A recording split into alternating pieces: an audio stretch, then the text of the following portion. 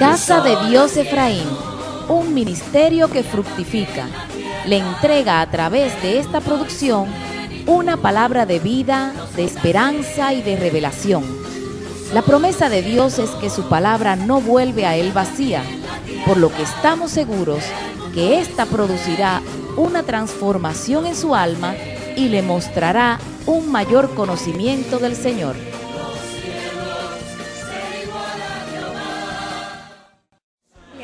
Todos nosotros estamos contestes en que llegan momentos en nuestras vidas en que las debilidades quieren adueñarse de nuestras conductas.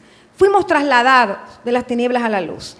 En nuestra vida vieja teníamos conductas puntuales, conductas particulares que nos dio lucha dejar en el camino. Eran propias de nuestra conducta antigua y que al venir a Cristo fueron cosas que fuimos dejando, que fuimos abandonando.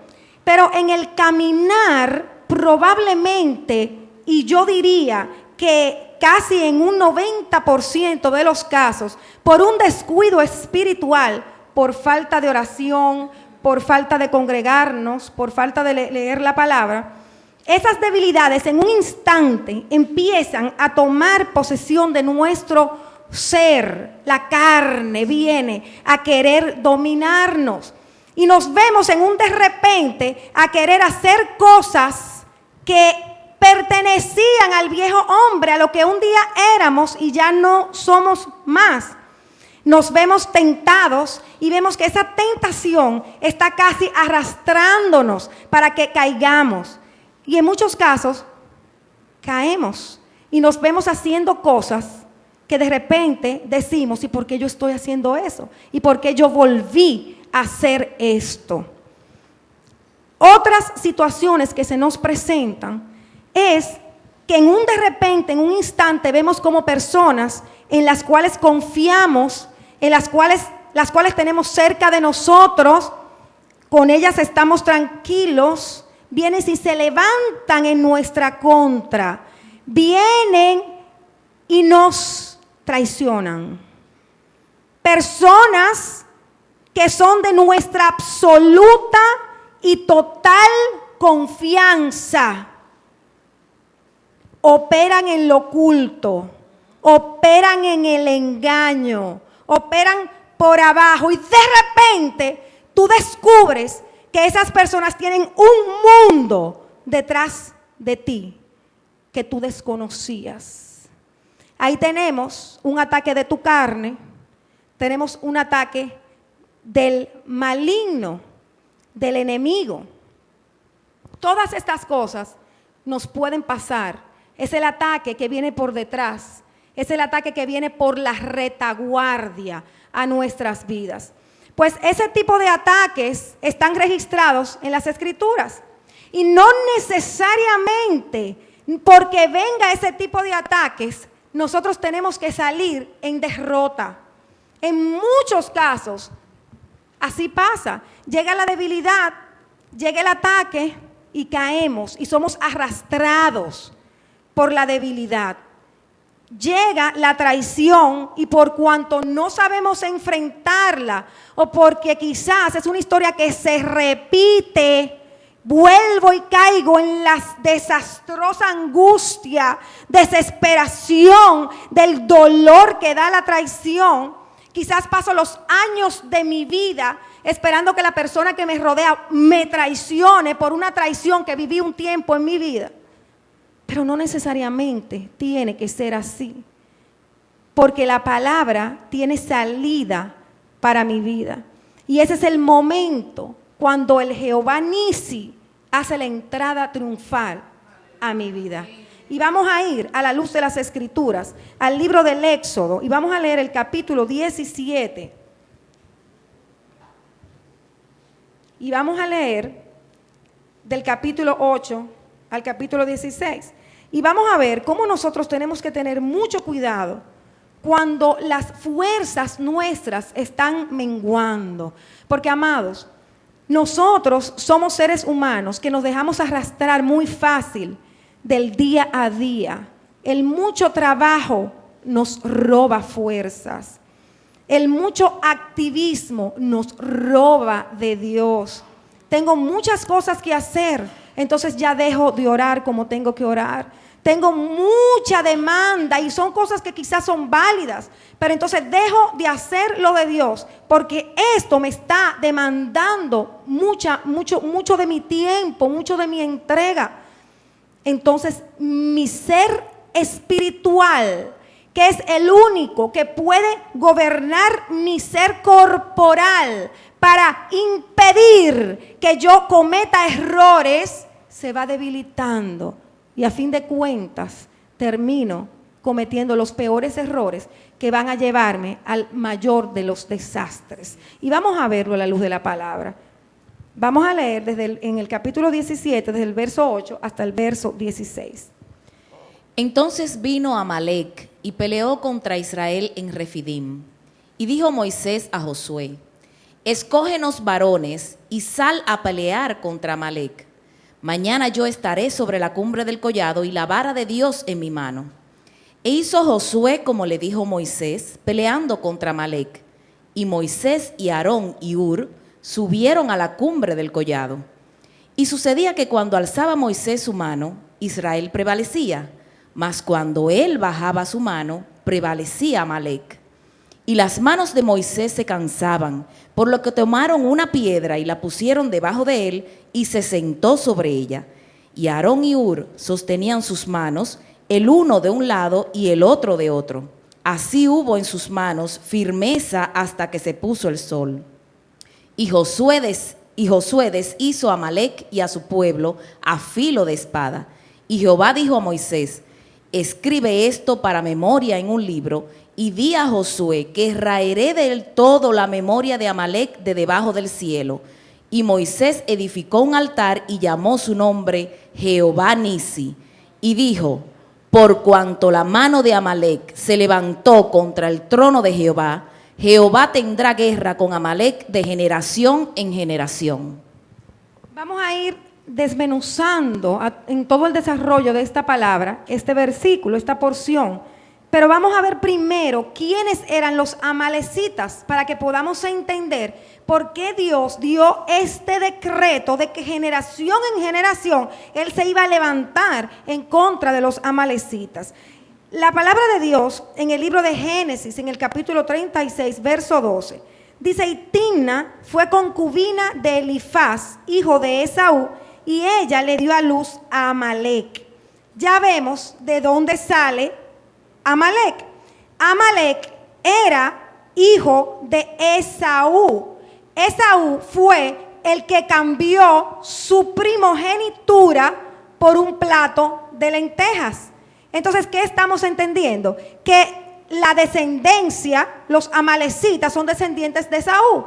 ¿Qué implica? De un hombre que menospreció su llamado en Dios. Le dijo que no al Señor, no le dio importancia a lo que Dios había puesto como responsabilidad para su vida. Dios tenía un propósito con este hombre, como lo tuvo con su hermano, y él dijo no. Muy diferente a Jacob, su hermano. Entonces de ahí ya sabemos cómo iba a ser la descendencia de este hombre. Con el mismo pensamiento, era lo normal que sucediera. Entonces esta fue la primera oposición, lo que acabamos de leer en el capítulo 17, que las escrituras registran que se levanta este pueblo en contra de lo que Dios quería, en contra del propósito de Dios. Los amalecitas, descendientes de Esaú, se levantan en contra del pueblo de Israel, efectivamente en contra del propósito de Dios y de lo que Dios quería establecer en la tierra. En Primera de Samuel, capítulo 15, verso 1, entonces el Señor dice: después Samuel dijo a Saúl: Jehová me envió a que te ungiese por rey sobre su pueblo Israel. Ahora pues, está atento a las palabras de Jehová.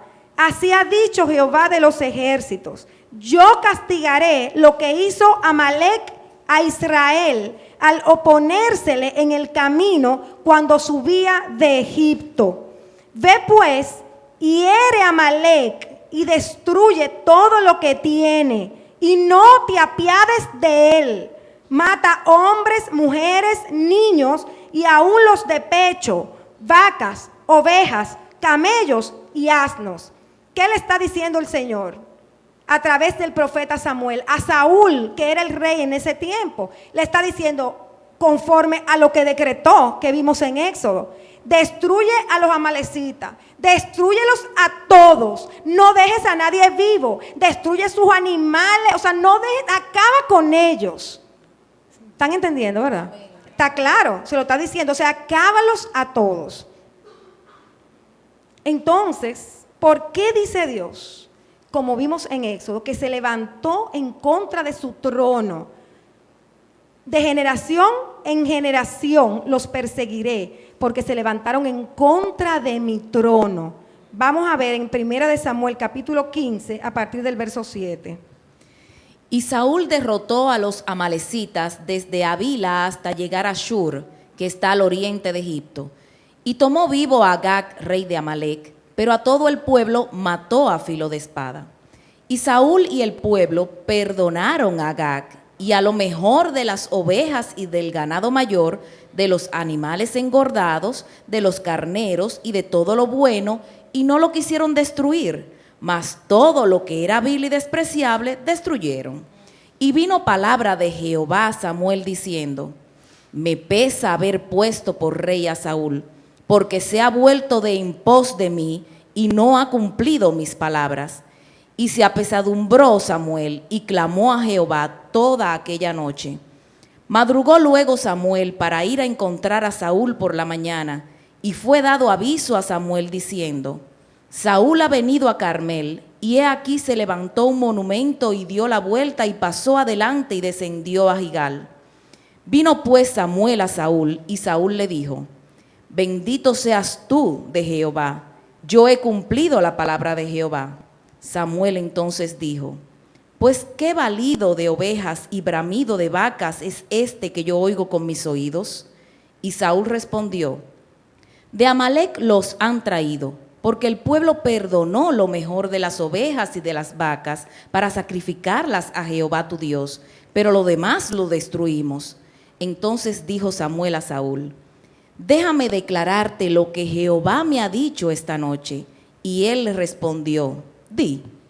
Y dijo Samuel: aunque eras pequeño en tus propios ojos, ¿no has sido hecho jefe de las tribus de Israel, y Jehová te ha ungido por rey sobre Israel?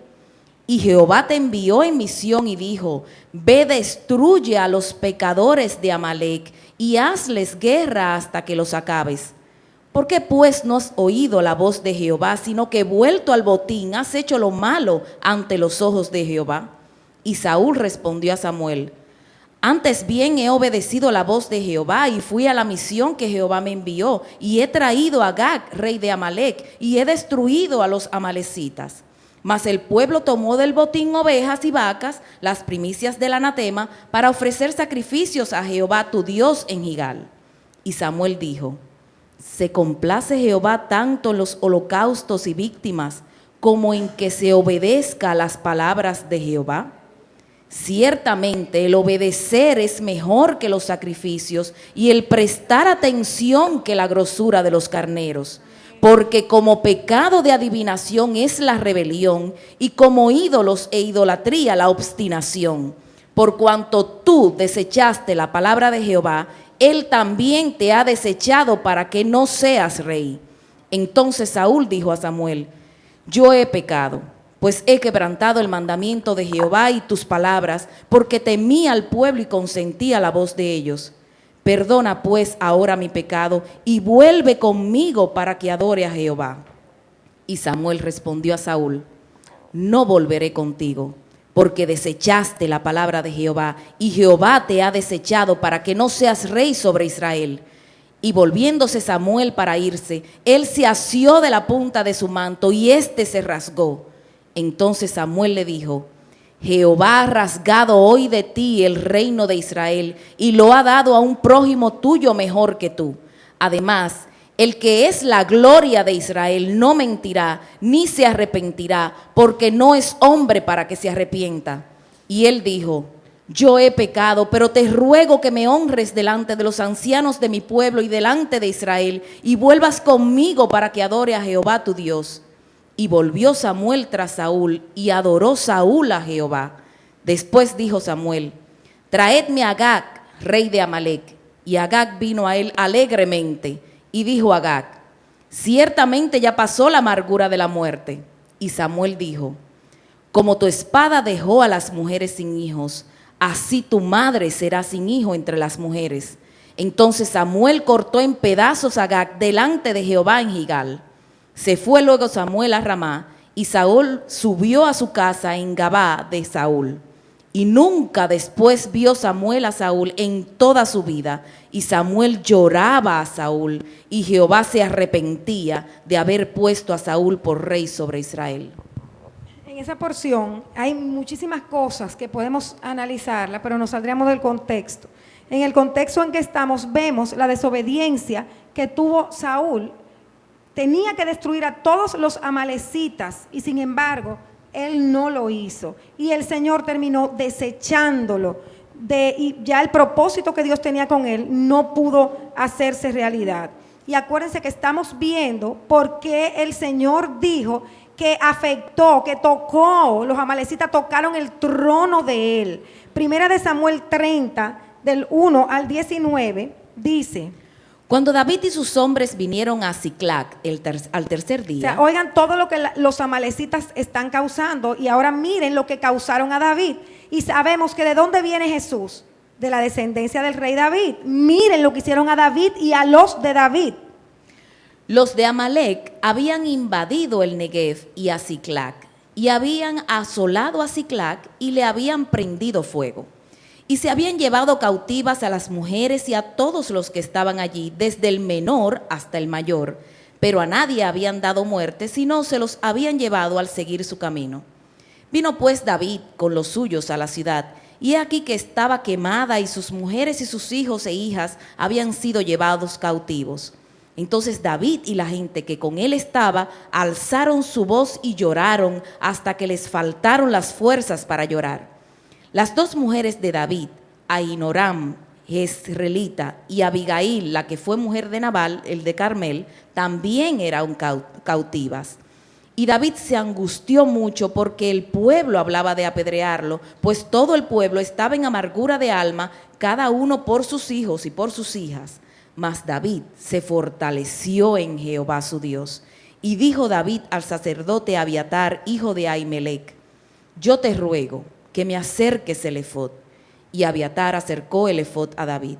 Y David consultó a Jehová diciendo: ¿perseguiré a estos merodeadores? ¿Los podré alcanzar? Y él le dijo: síguelos, porque ciertamente los alcanzarás y de cierto librarás a los cautivos. Partió pues David, él y los 600 hombres que con él estaban, y llegaron hasta el torrente de Besor, donde se quedaron algunos.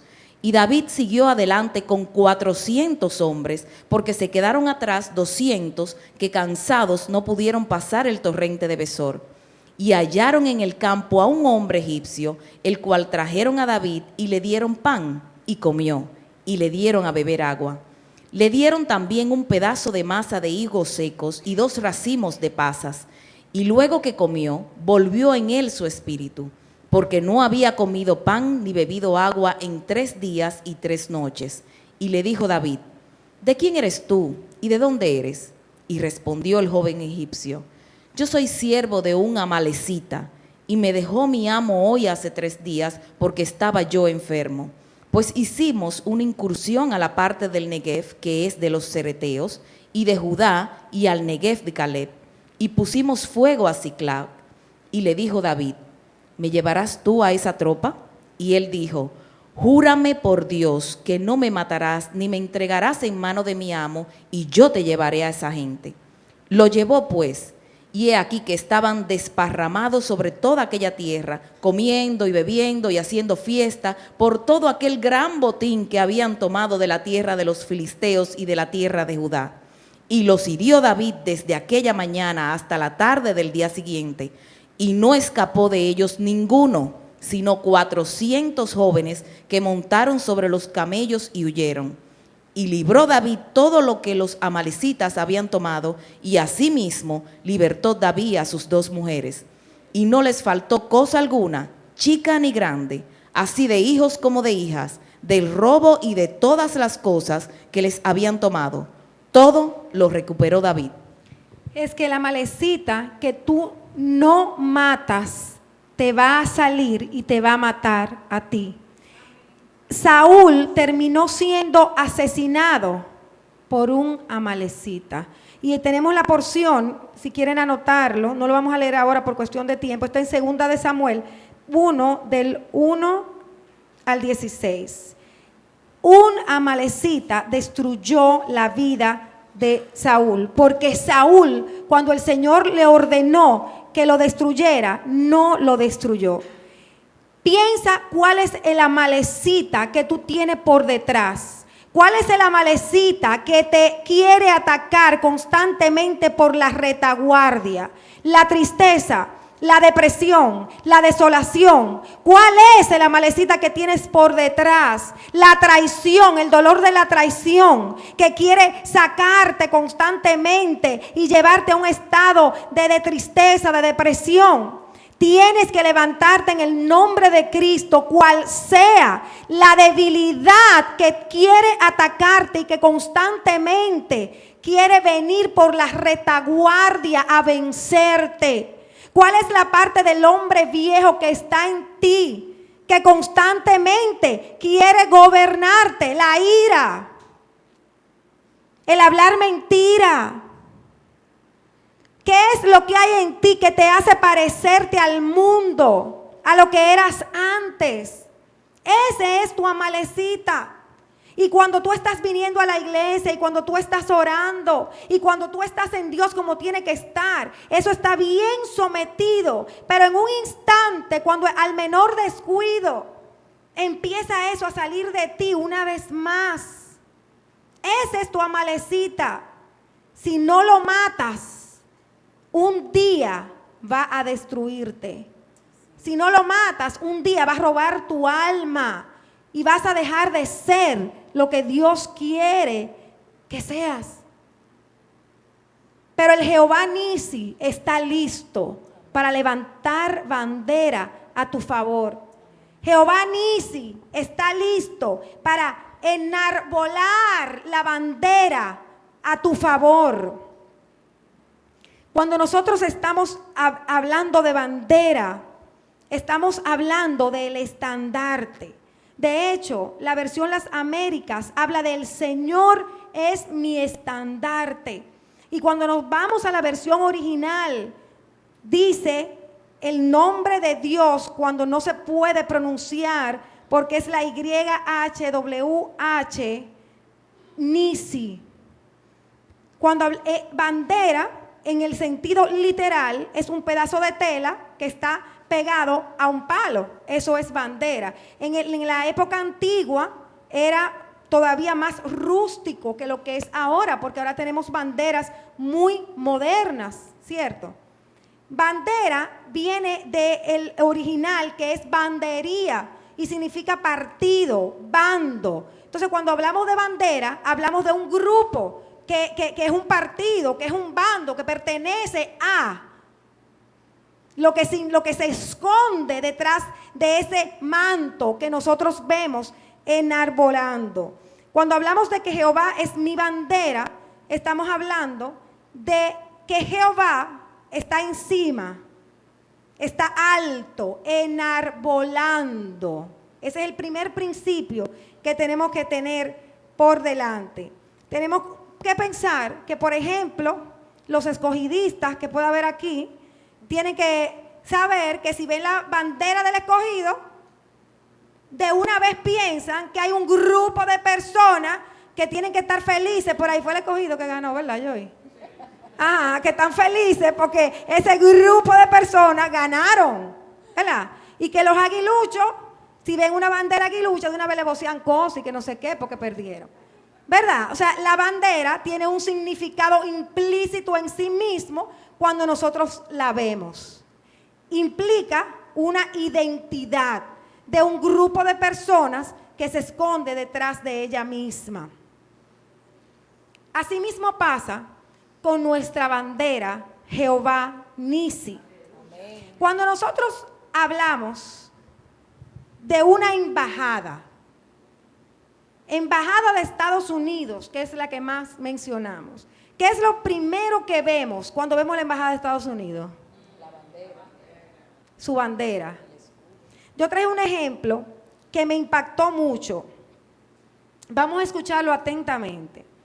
27ª reunión de consulta de la OEA. Discurso pronunciado por el ministro de Relaciones Exteriores, Comercio e Integración del Ecuador, Ricardo Patiño. Le traje un extracto de esta agenda de esta reunión. Dice: queridos amigos, quiero exponer la situación de mi país en dos temas muy importantes que han concitado la atención mundial desde el miércoles de la semana pasada. Los dos temas giran en torno al pedido de asilo que nos hiciera el ciudadano australiano Julian Assange el 19 de junio de este año. El primer hecho es que nuestro país recibió el 15 de agosto una comunicación escrita del gobierno del Reino Unido en la que amenazaba entrar a nuestra embajada en Londres para arrestar al señor Assange. Por tal desatino de la diplomacia británica, respondida enérgicamente por la nuestra, Ecuador ha recibido innumerables muestras de apoyo encabezadas por nuestros hermanos Alba y Anasur, y la expresa condena a semejante actitud que desconoce el principio de inviolabilidad de los locales diplomáticos en cualquier lugar del mundo y que está establecido en el artículo 22 de la Convención de Viena sobre relaciones diplomáticas. El segundo hecho es la concesión de asilo que el Ecuador otorgó al señor Julian Assange el día 16 de agosto. Quiero que sepan que no fue una decisión apresurada de ninguna manera. Los dos hechos están relacionados con un solo punto: el derecho de un país libre de actuar de acuerdo a sus principios y al marco jurídico del derecho internacional. Es necesario también recordarle a la comunidad internacional que entre los varios precedentes denunciados ante el Consejo de Seguridad de las Naciones Unidas, del que el Reino Unido es miembro permanente por acciones intrusivas en dependencias diplomáticas, en este caso, el país afectado fue precisamente el Reino Unido, y como sustento legal se aplicó, esa vez sí, la Convención de Viena sobre relaciones diplomáticas, es decir, lo que allí se estipula respecto de la inviolabilidad del personal y los locales diplomáticos, que debe ser respetada y protegida por los estados firmantes en todos los casos. La inviolabilidad de las sedes diplomáticas es una parte consustancial de las relaciones jurídicas entre los estados. Su fundamento no está dado únicamente en las normas de derecho internacional, igual de importancia que las normas escritas tiene al respecto de las decisiones soberanas y la reciprocidad del trato de los estados. Una embajada, como vemos en este documento, tiene total derecho de recibir en asilo a la persona de cualquier estado que quiera recibir. Este es el caso de una persona que había delinquido, porque él había delinquido, el señor Assange. Sin embargo, la Embajada de Ecuador tomó la decisión de ampararlo, de asilarlo. Y la Embajada británica, el país británico, quería ir a la embajada y sacarlo. Sin embargo, no pudo, porque la ley prohibía que lo hiciera por la inviolabilidad de la ley del derecho internacional sobre el asilo de la embajada. La bandera de Ecuador, que estaba enarbolada en la embajada de Ecuador, era la garantía de que ese lugar era el territorio ecuatoriano, aunque estuviera en territorio inglés. Si eso es, amados, con las leyes naturales, territoriales, ¿qué no será con las leyes del reino de los cielos? Aleluya. nosotros tenemos que entender que nosotros pertenecemos al reino de los cielos. Un reino que enarbora la bandera del Jehová Nisi. Que detrás de esa bandera está un pueblo reunido que tiene leyes diferentes, que tiene costumbres diferentes. Un pueblo que al igual que Azañe es pecador, pero que está asilado, que ha sido adoptado y que está bajo esa bandera escondido, bandera que se ha enarbolado a su favor y que ningún estado tiene derecho, ningún diablo, ninguna carne tiene derecho a venir por la retaguardia a robarlo y a tomarlo. Porque hay un decreto de inviolabilidad de esa ley. Tenemos, amados, que conocer a nuestro Jehová Nisi. Ese Jehová que un día tomó la decisión de convertirse en esa bandera que se levantó a nuestro favor. Cuando nosotros hablamos de los nombres de Dios, tenemos que analizar muy bien lo que significa cada uno de ellos. Porque Jehová es mi estandarte. Porque Jehová es mi bandera. Pero ¿qué estamos diciendo con esto? Hablar de que Él es nuestra bandera. Estamos hablando de una victoria. Cuando la nación haitiana invadió Santo Domingo, ¿qué fue lo primero que hizo? Enarboló su bandera haitiana. ¿Qué quiso decir eso? El Estado que conquistó, tomó posesión del Estado conquistado. Nosotros, amados míos, somos el Estado conquistador. Somos el Estado que conquista al diablo y sus artimañas. Somos el Estado que conquista la enfermedad. Somos el Estado que conquista toda debilidad que quiera venir a gobernarnos. Porque el Jehová Nisi es el que toma posesión y levanta su bandera delante nuestro.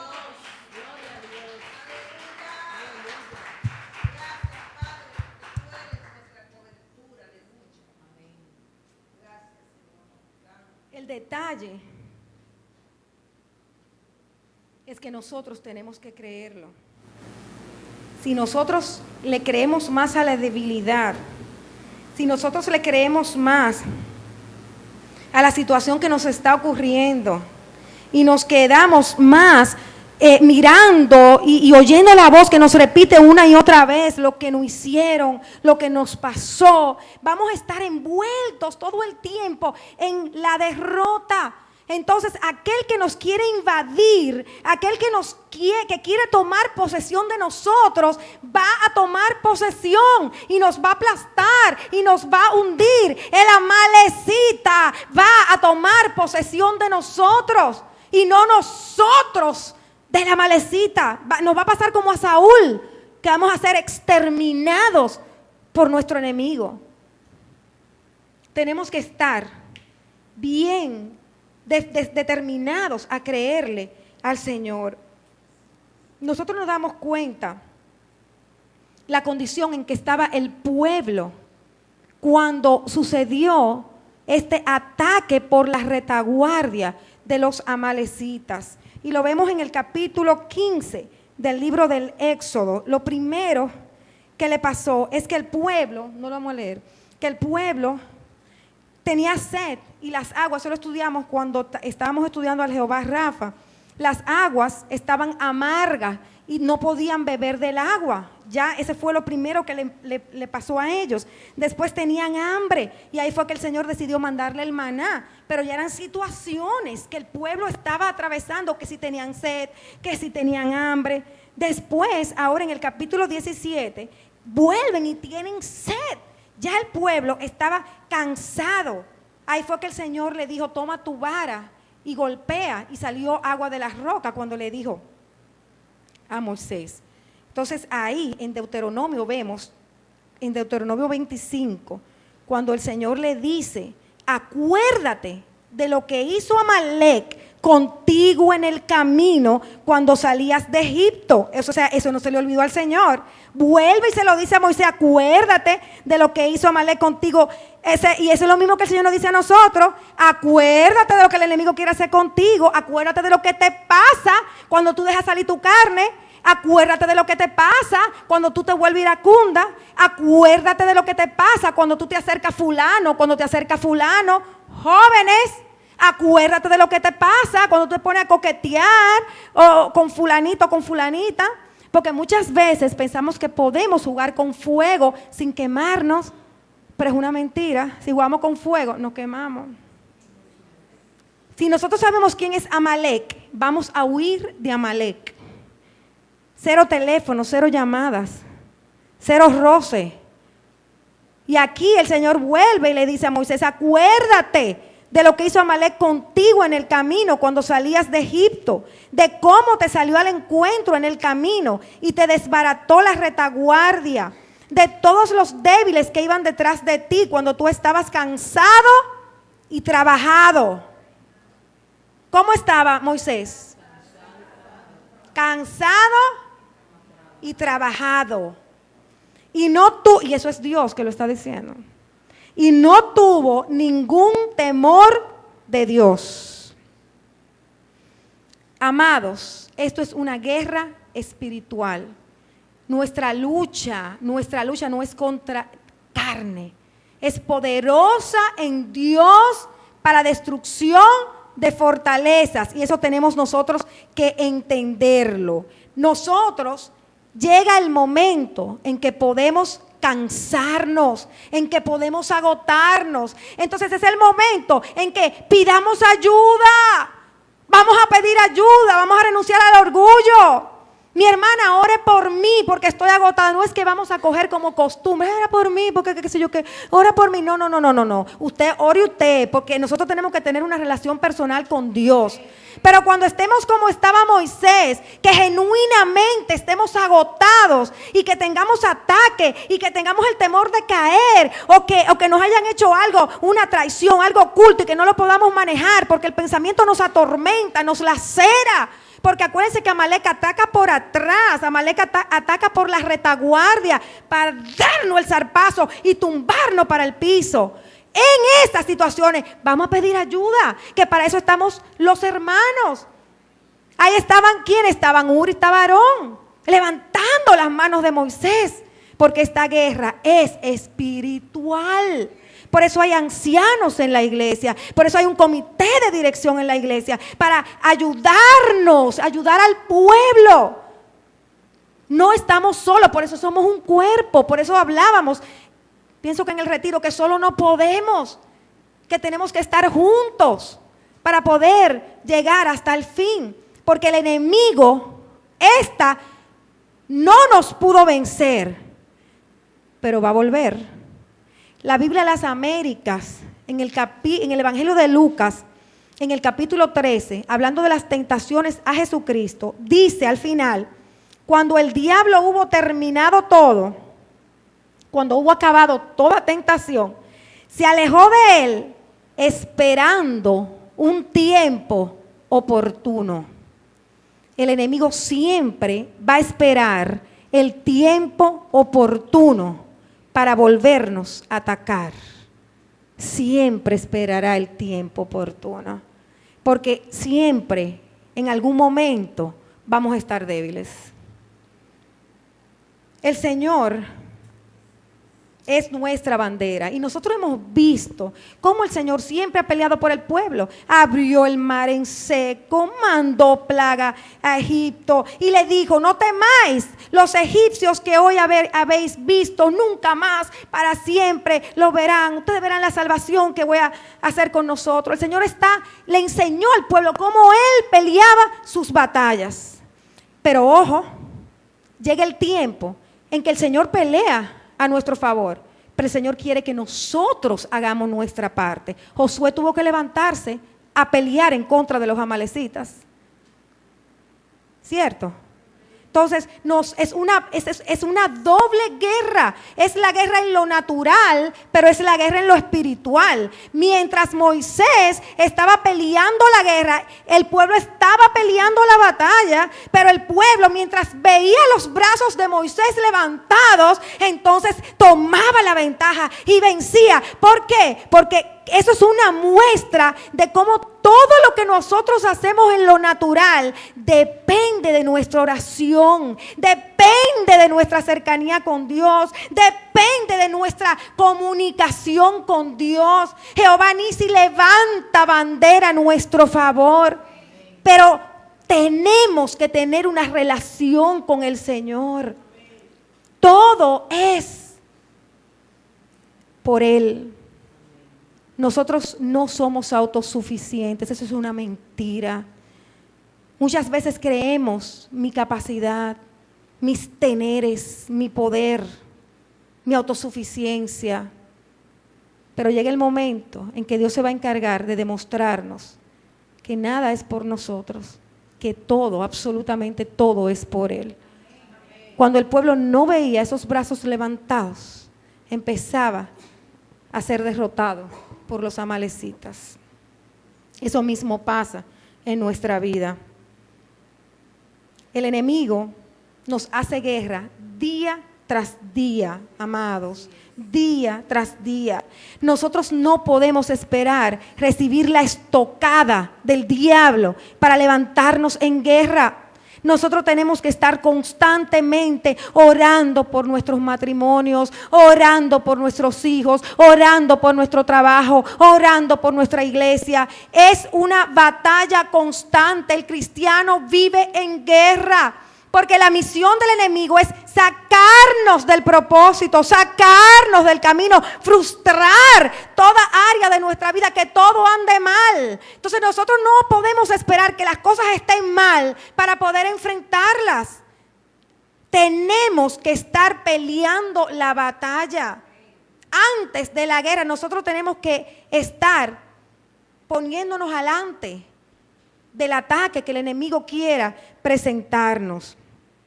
Tenemos que saber que es una guerra, pero es una guerra donde ya el enemigo está vencido. Una guerra donde nosotros somos los conquistadores, porque ya Jehová Nisi enarboló bandera a nuestro favor. Nosotros tenemos la bandera de victoria, nosotros tenemos la bandera del triunfo. Nosotros no estamos viendo a ver si tomamos posesión del territorio, a ver si nosotros vamos a conquistar el territorio. Ya nosotros establecimos la bandera, establecimos el estandarte de la victoria en cada área de nuestras vidas. Pero tenemos que creerlo y tenemos que proclamarlo en el nombre poderoso de Jesús.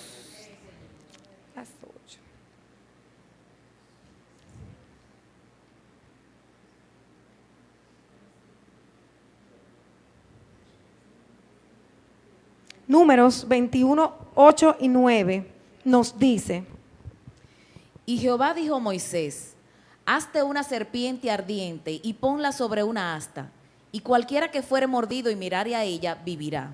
Y Moisés hizo una serpiente de bronce y la puso sobre una asta, y cuando alguna serpiente mordía a alguno, miraba a la serpiente de bronce y vivía. Jesús, en Juan 3:14, dijo: y como Moisés levantó la serpiente en el desierto, así es necesario que el Hijo del Hombre sea levantado, para que todo aquel que en él cree no se pierda, mas tenga vida eterna. ¿Qué nos enseña esto? Nos enseña que ya Jehová Nisi fue levantado en la cruz del Calvario, que ya Jehová Nisi fue crucificado para darnos la victoria. Nos recuerda que ya Jehová Nisi nos dio esa victoria para vencer toda debilidad. Que no hay nada que se pueda levantar delante nuestro, que nos pueda conquistar, porque ya Jesucristo, Jesús de Nazaret, levantó bandera por Él mismo. con su propio cuerpo, en la cruz del Calvario. La cruz misma da testimonio del Jehová Nisi. El Jehová Nisi ya nos dio el poder en la cruz del Calvario de nosotros poder tener vidas de seguridad, de tener vidas de paz, de poder tener vidas que no caigan en la debilidad, porque ya Jesucristo pagó el precio para que yo no pudiera caer en la debilidad. De tener vidas que puedan vivir amparadas, que puedan vivir seguras, amuralladas totalmente tras esa bandera que declara victoria, que declara seguridad, que declara asilo, que declara protección. Porque esa bandera de Jehová Nisi, que es el Cristo que se levantó, el Cristo que derramó su sangre, esa cruz que ya está vacía, es la que me ha dado a mí el gobierno sobre todo territorio, sobre todo enemigo que quiera levantarse en mi contra. Todo territorio enemigo está vencido. Todo amalecita que quiera venir por la retaguardia no tiene más que devolverse en el nombre de Jesús. Porque el Jehová Nisi, el Cristo crucificado, ya obtuvo la victoria a mi favor.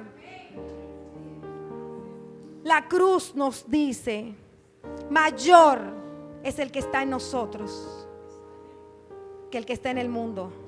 Mayor es el que está en nosotros que cualquier amalecita que quiera venir por la retaguardia.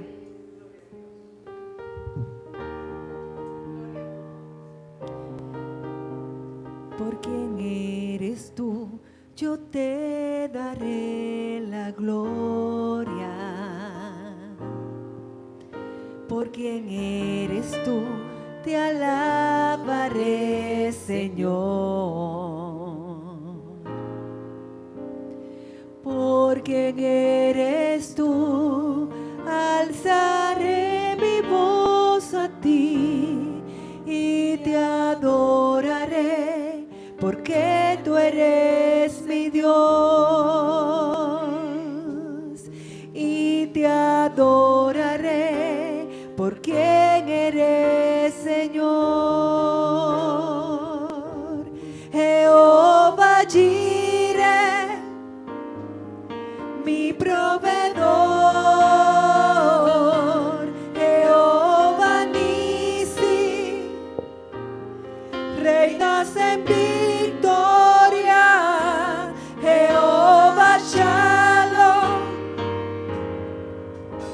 mi príncipe de paz, te adoraré, por quien eres, Señor.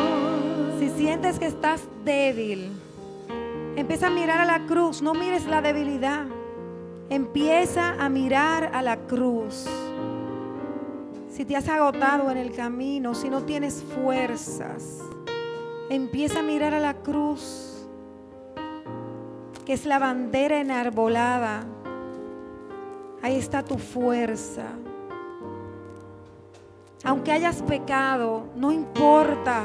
Corre, corre a la cruz. Detrás de esa bandera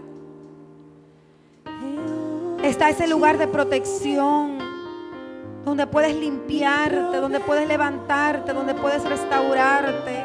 Jehová Nisi, reinas en victoria. Jehová Shalom, mi príncipe de paz, te adoraré, porque eres, Señor. Jehová Jireh,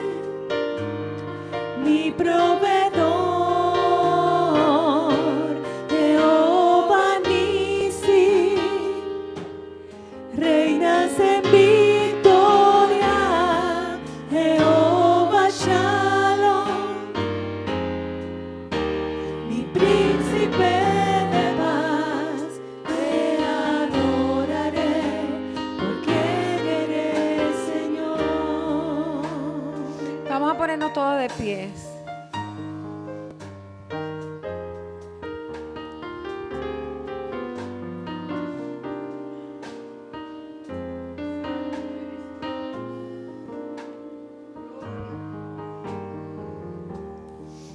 Ahí donde estás, cierra tus ojos y dile al Señor, con la mayor de tus firmezas, con la mayor de tus convicciones, no importa cuántos enemigos se levanten delante de mí, no importa por dónde quieran venir, si de mi carne, si del mundo, si del diablo mismo, no importa por dónde quiera venir el ataque. Yo sé que Jesús se fue levantado en la cruz del Calvario. Yo sé que Jesucristo enarboló bandera para que yo tuviera la victoria. Por eso yo hoy me levanto en el nombre de Cristo, creyendo que no andaré en debilidad,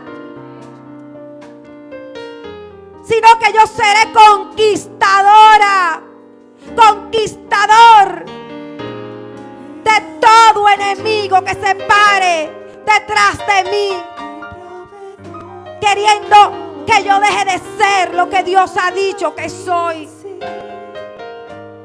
En el nombre poderoso de Cristo.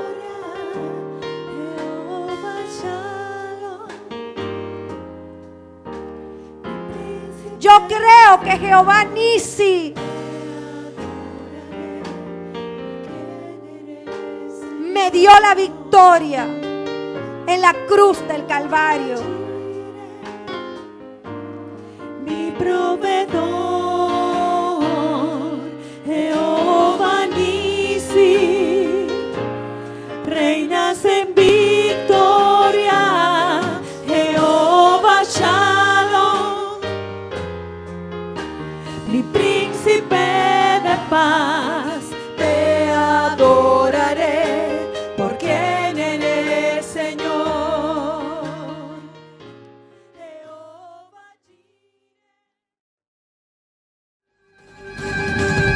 Esta ha sido una producción de la Congregación Casa de Dios Efraín, un ministerio que fructifica. Es nuestro anhelo que la palabra que acaba de recibir le impulse a transitar el camino de la santidad y la obediencia al Señor.